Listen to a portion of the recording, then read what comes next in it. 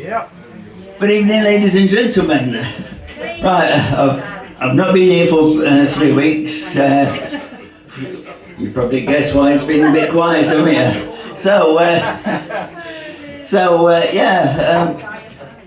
About a couple of weeks ago I had the flu, so I wouldn't have minded if I was in an airplane, but there you go.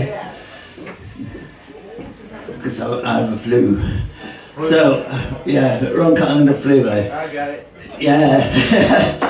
Yeah, so and last week I just didn't have the energy, and if I came here, you'd only have half a lacklustre performance. So I thought, right, just give myself an extra day off. So, here we go. We had some interesting news last week, didn't we, from the Supreme Court, yeah, giving the definition of what a woman is. At last, Keir Starmer can now know what a woman is. I mean, I saw it yesterday on GB News. There was protesters about it with placards, and it says, even men can have a cervix. That's not the way God created us, is it? So, you know, you've either got a cervix or prostate. So if you've got a prostate, you're a man. So, and, you know, I don't know how they can try to make out these transgenders have you know, cervixes when they were born male. So they must probably take out the prostate, you know, whip out the prostate and stick in one of these cervixes. And either that or it's just plain BS, and we know what initials that is for. Bovine excrement, putting it politely. So, I mean, I've got nothing against transgendered people. I mean, I just don't like the idea of it being forced onto us as a narrative. Yeah, so a couple of jokes for you. Two lads in the 20s, you know, in the early mid-20s, and one of them says to the other, I tell you what, my girlfriend keeps, he said, I swear she's a sex maniac. He says,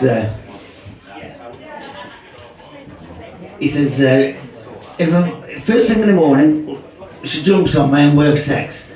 Lunchtime, we have sex. Tea time, we have sex. Just before we go to bed, we have sex. And she says, we're also romping through the night. He says, I tell you what, I can't take anymore. He says, I'm completely and utterly knackered. What do you suggest? He says, have you tried marrying her? So, I thought you'd like that one, lads.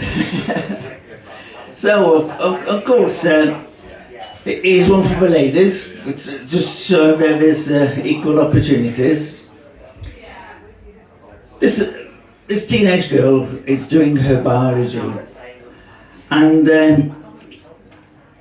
she says to her mother, Mum, what's that useless piece of skin at the end of a penis? She said, that's a man. So, right, so it's time now for a bit of the, I've just got a visual joke before I do the skit. I've got a price on my head. Yeah. You can find me in a pound store. I'll stick up there for now. I can think of good places to stick that. Right. So tonight's skit is Alan Carr. Do you remember him doing Chatty Man years ago? No, just before the COVID era.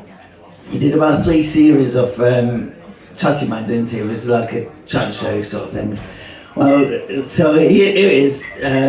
Tonight's skit is Alan Carr, and his celebrity guests are going to be Michael McIntyre, Sharon Osbourne and Chris Eubank. So, and then after the skit, I will throw it open to you, the audience, for voice requests. So, that's you tell me what voice you'd like me to do. It doesn't matter if it's one you've heard me do before or whether you've want to challenge me on another, right? Because I'll be quite honest with you, if it's a totally new one that I've never done before, I will tell you. So it doesn't matter if that's crap then, does it? It covers me. Right, so here it is, Carr Chatty Man. I'll just have a swig of first.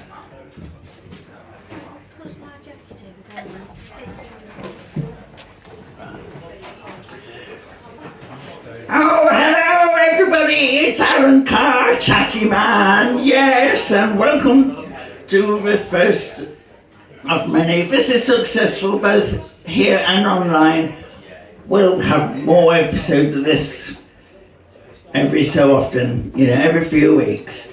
So, let's meet off my first guest, Michael McIntyre. Oh, come on, Michael. Oh, well, thank you very much, Alan. It's great to be here. Well, you've got a game show on BBC, just like I have. Mine's called Picture Slam. Yes, it's. Has anybody here seen Picture Slam? Mm-hmm. No? Well, I can't see BBC putting me in a new series of Picture Slam. Oh, well. Well, so, Michael, you got all these celebrity guests on your show, where they're going in this wheel. Tell everybody what it's called. Well, it's really wonderful. It's great. It's a wonderful show to do quizzes. So I still have my moments where I can be a bit comedian, because that's what I am, a comedian, and the show is called The Wheel, and I always introduce it as welcome to the wheel, because it's so good to say it like that. Oh, I say, right, it's after another wonderful guest of mine, Sharon Osbourne. Oh, Alan. Oh, my Ozzy. I mean, he makes more mess in around than the kids ever did. I went into the kids' room once. I said, go and tidy your room, kids. And they said, we already did that. I said, well, who's made a mess? And Ozzy says, I effing have. You know what he's like with his bad language, isn't he? So, I mean, that's what he's like. So, Ozzy, he's really funny. That's why I married him, I mean, unfortunately, he went through a lot of drugs in his heyday in Black Sabbath, and they've handled his mind a little, but I suppose you've got to be adult to marry me, don't you? Well, yes, I think Ozzy's alright. He's as sound as a pound. Well, if we waited any longer before Brexit got in, he would have been a full euro, wouldn't he? Well, and until my final guest, Chris Eubank. Oh, hello, Alan. I used to be a boxer. Yeah? So, this is why I wear dapper suits. And a tie and a monocle. So that I look sophisticated. And that's a really wonderful thing. So, I just to look sophisticated. Because that's the sort of person I am. I mean, there's nothing sophisticated about boxing, beating somebody's brain to pieces. So, so that's it. That's the thing, you see, Alan. So, oh, I see. You don't want to beat people up anymore. No. Especially when poor George Foreman passed away. Oh yes, he did a wonderful gimmick with his George Foreman, with his George Foreman grills. Yes, but I prefer Bear Grylls because he's out there in the wild. He's a survivalist, and that's what I love about it. Wow, Michael. Well, thank you, Michael McIntyre, Sharon Osbourne, and Chris Eubank. You've been wonderful, and thank you for the show. Okay, so voice requests now. Dave, I understand that you wanted Ken Dodd. Well, I don't know. He's probably going out for a fight. So here we go. This is for, so here we go. By Jove, Mrs. What a lovely day to go running up to the Kremlin and saying it's Lenin. I mean, think about had a fallout with Peter Pan. Apparently it was the wrong way to tickle a fairy. And then another one that he asked for before was Bruce Forsyth. So it's like this. Nice to see you, nice. Well, lovely, what a lovely crowd we've got tonight. Well, lovely audience, so much better than last week's audience.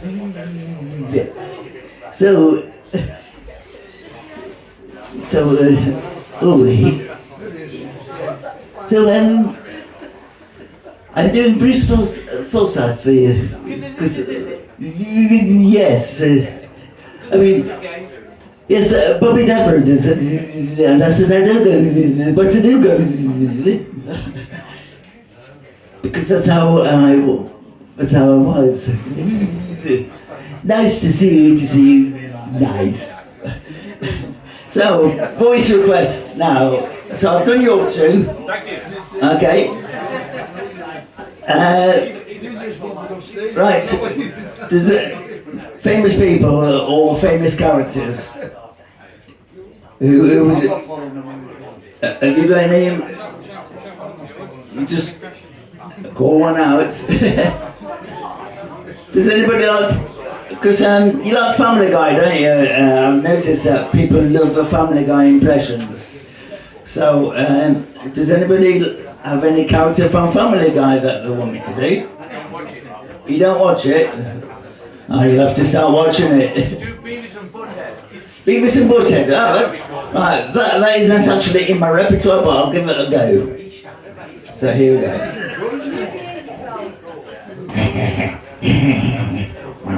Oh, what do you think of this? Well, yeah. You know, that's basically Beavis and Butthead for you. Marge Simpson. Bart Simpson? Marge Simpson. Yeah. Ah, right, Marge Simpson. Homie, hello, homie. Don't, Marge. Don't have a coat, man.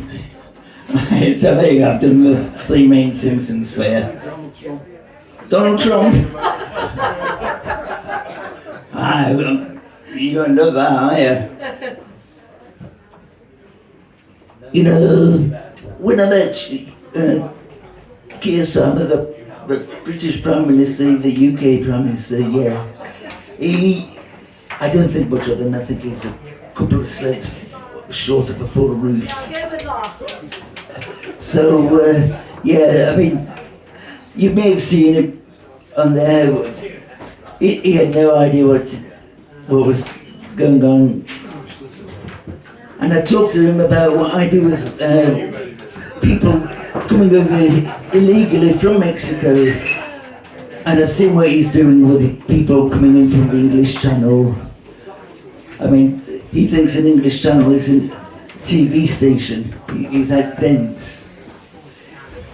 But there you go, that's him. And I think you're really beautiful people, wonderful people.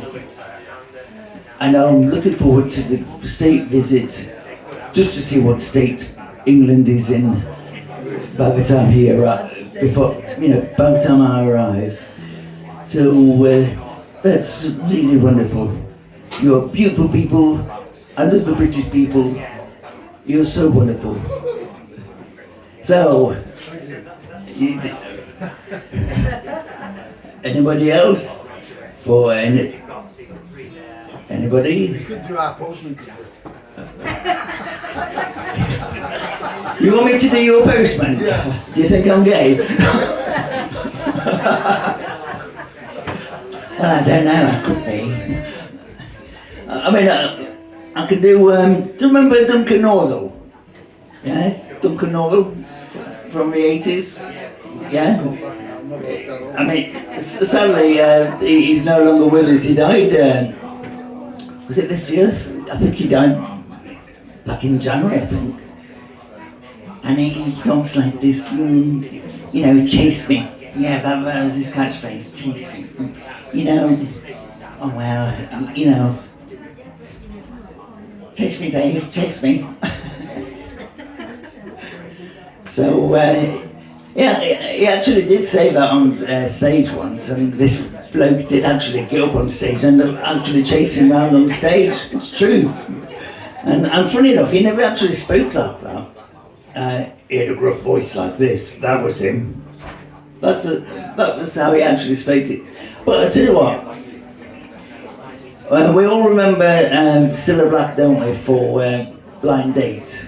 Well, did you know that he was originally, they filmed a pilot episode with Duncan Norville in his camp mode, and they didn't want him being camp. And he said, well, that's what I do, it's a character. And it never reached television, and Cilla Black did it, and right up until his death. Now, I bet that was a surprise for you, wasn't it? So, there we have it. So, thank you very much. Anyway, you've been a wonderful audience, and as usual, as Arnold Schwarzenegger would say, I'll be back.